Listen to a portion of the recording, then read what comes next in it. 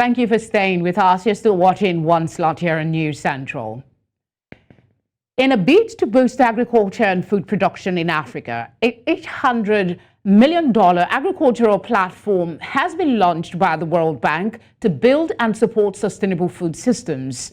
The platform seeks to provide blended capital through 60 agri-finance operations, including access to finance and fertilizers and skills training, in a bid to strengthen 30 agricultural value chains across the continent. Although agriculture has been a major contributor to the continent's economy, as it is responsible for 20% of its GDP and over 60% of its employment, the continent has been importing a large portion of food in recent years due to lack of sustainable financing for African farmers and investors. A report published by the Alliance for a Green Revolution in Africa in 2022 said Africa needs about 40 to 70 billion US dollars investment from the public sector and another 80 billion US dollars from the private sector annually to sustain its food production. Expectations are high, as the African community believes this would be a game changer for food production in the region with the launch of the funding platform. To discuss building sustainable food production systems in Africa is Victoria Madedor, Group Head, Business Development, BOI Investment and Trust Company Limited, Nigeria. Thank you very much for joining us on One Slot. Thank you very much for having me.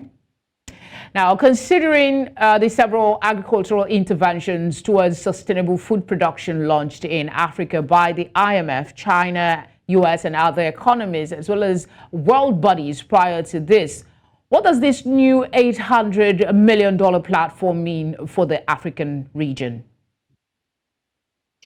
Okay, so from my perspective, it means growth. It's more focused on inclusive business, because the model that they're trying to deploy with this $800 million, it's more inclusive than what we've seen before. Yes, there's been a lot of funding in the sector. However, the funding are not really focused on what Africans want to do, what they need to do, and how they need to do it. It's more about what is perceived that the African farmer wants, or the African agripreneur wants, rather than what they really need. Yes, there's been need assessment done based on some surveys. However, based on several research, you could see that these needs assessments are not done from the very rural or grassroots agripreneurs. So those impacts that this funding intends to see do not reflect the way or the value system of these nano farmers and nano agripreneurs who really run the ecosystem of agriculture and food in the continent as a whole. It's been touted that the platform stands to solve major problems of Africa's agriculture sector, but are there other related issues, really? Economic issues, especially those peculiar to countries, inhibiting the efforts made to resuscitate Africa's agriculture sector over the years? If yes, what are the possible solutions? So I lost you for a bit. Could you come back with the question? Okay, I'm trying to find out from you the fund has been touted as one way to solve the problems in the agriculture sector, but there are other related economic issues, especially those peculiar to countries in Africa, that is inhibiting efforts to resuscitate the sector. I'm asking if this is true. Do you agree first that this is true? If it is, what are the possible solutions?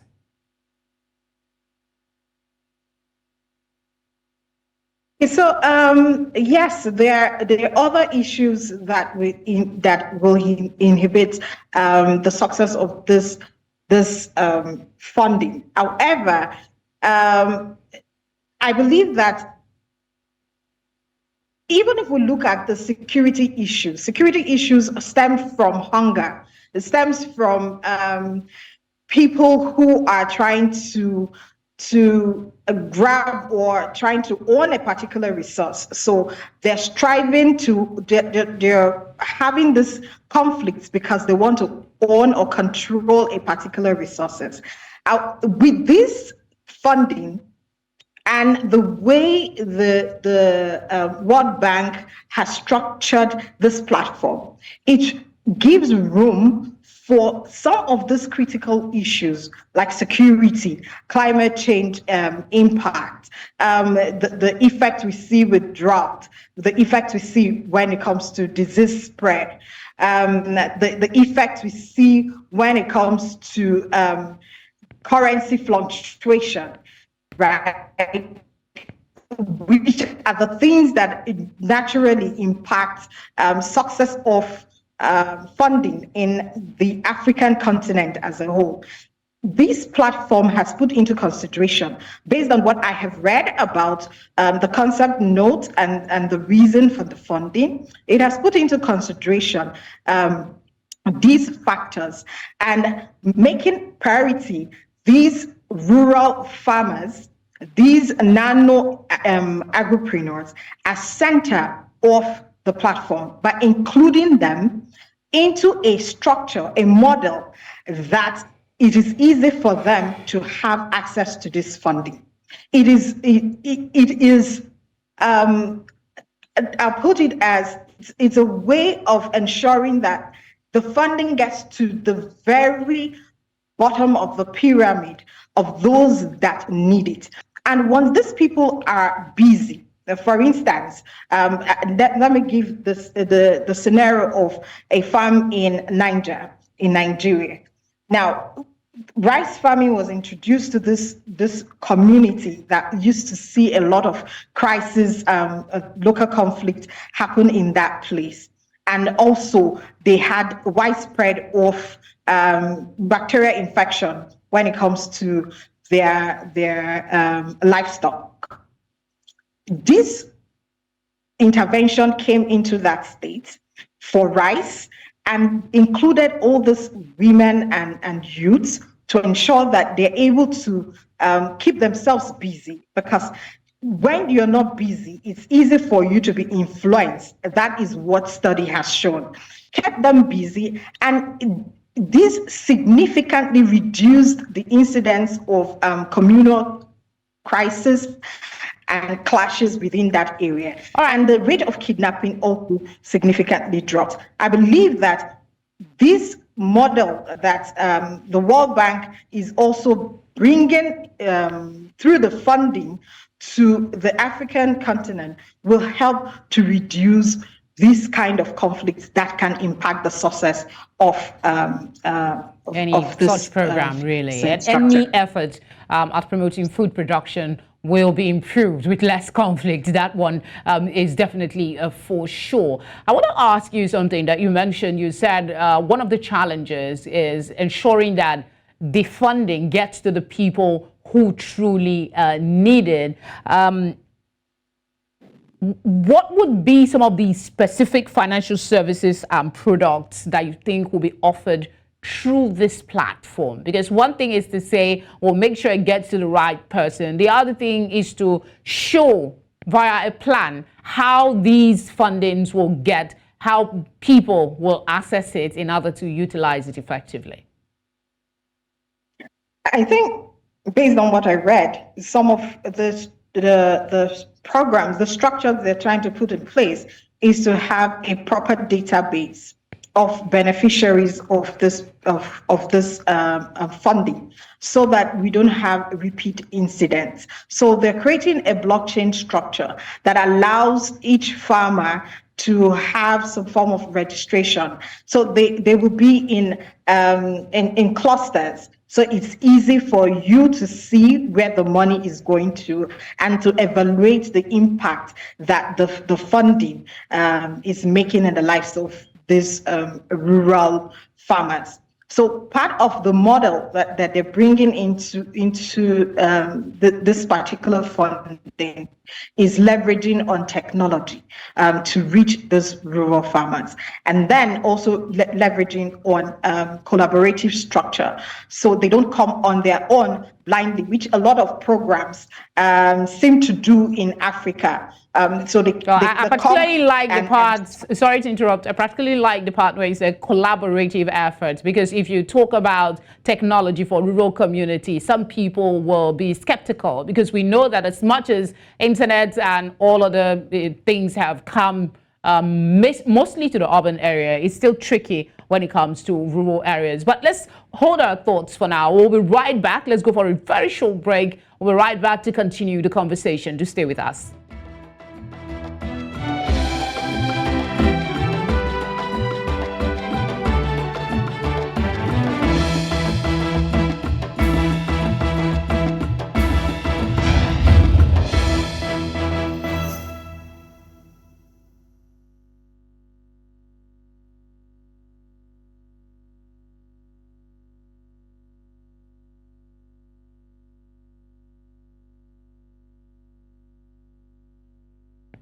Hi, Victoria. Can you hear me? Yes, I can. Okay, I can't actually see you from the corner of my eyes. So my director says to tell you if there's something you can use to dab your face a bit, that you're sweating and it's showing. Oh, wow. Yeah. Okay. And the AC is on. Interesting. Okay, is it better now? Director, is it better? Because I can't see her sweating from here. So is it better? Director? Oh, okay. They say you are better now. Okay. And my AC is on, so I don't know. Okay. They're also saying maybe you should try and maintain the framing so you don't slide. Oh, okay, that you should stay in the center, that you're tilting towards one side. Yes. Okay, can you hear me from that position? Yes, I can. Okay. I can hear you. All right. So, sorry, before we go back, would you like to continue from the thread of the conversation where we stopped, or I should jump onto something else? Oh, let's continue on the collaboration part. Okay.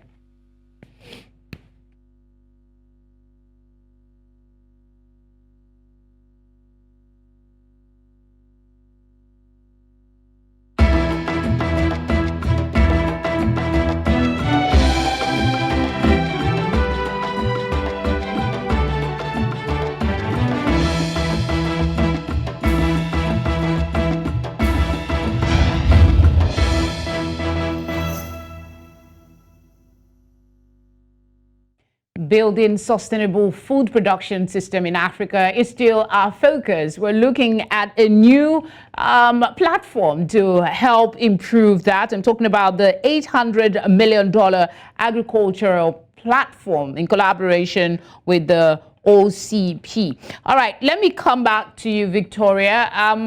Before we went on that break, we're talking about making sure that the funding are assessed by those who truly need it. And I jumped on something you said about you mentioned technology, and then you talked about collaboration. And I'm saying a lot of persons will tilt more towards that collaboration as against the use of technology, because as much as we would want to believe that it's gone all parts of Africa, there's still areas where it hasn't been reached yet.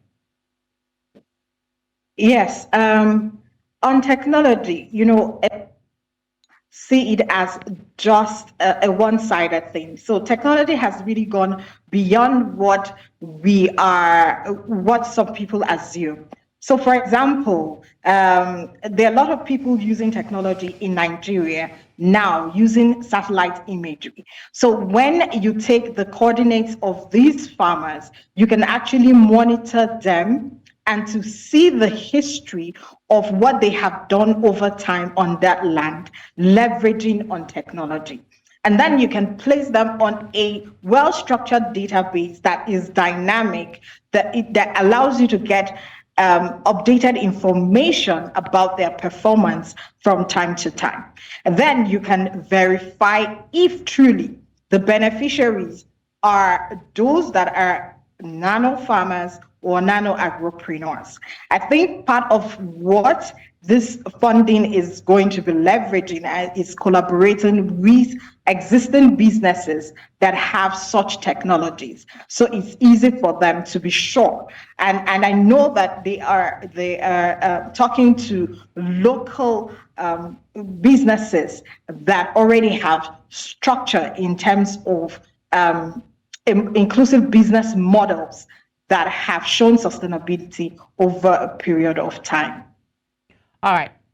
Let's shift to climate change. We know that food production, I was watching a video the other day of massive produce, carrot, cashew, some other vegetables perished because of a lack of storage. Climate change and recent adverse effects of global warming hasn't helped at all. It's posed large challenge to large-scale agriculture and food production in Africa. What are the early preventive measures, do you think? Is it put out somewhere to ensure that this new funding platform does not go down the drain and it is properly utilized, that this food production, when we're done with it, we have proper storage? So in terms of storage, I'll tell you honestly, we generally as a continent, we haven't done so much in terms of storing our products because we're really excited about exporting whatever we grow than storing for keeps. So the impact of climate change is immediate upon our activities because we do not have grain banks or seed banks or food banks that we can easily call when we have food scarcity or shortage in production. However, I believe that with this funding, we will be able to see a lot of seed companies coming on board that will provide us with options that can allow the seeds to thrive even in time of drought. And we've seen a lot of genetically modified or genetically edited seeds that survive in drought regions, that survive when it comes to excess flooding. And we've also seen that they've been able to genetically modify some of these seeds or so that in times of disease, they are not impacted. So their disease resistance is much more better. So we're having a lot of better and more robust system. But what we need to look at, and I'm hopeful that this fund will take into cognizance is all right, Victoria, I'm so sorry to interject, but I'm told we have less than 2 minutes to wrap up. What would be, as quickly as you can, the place of local homegrown solutions as an approach to Africa's food production challenge? You've mentioned some already, but just to wrap things up. So food sufficiency is what we need to look at. And for us to have food sufficiency, we have to begin to produce our own seeds and produce most of our inputs locally. And we need to start prioritizing our local foods so that we stay sufficient and food secure within what we are used to as a people, rather than mirroring what other continents or nations are doing. All right, Victoria, that's a good place to leave it. Thank you so much for spending time with us. We appreciate it. Thank you. Yeah. And that's where we wrap One Slot for today. Thank you very much for being a part of the program. We return same time next week. So take care and stay tuned for more programming here at News Central.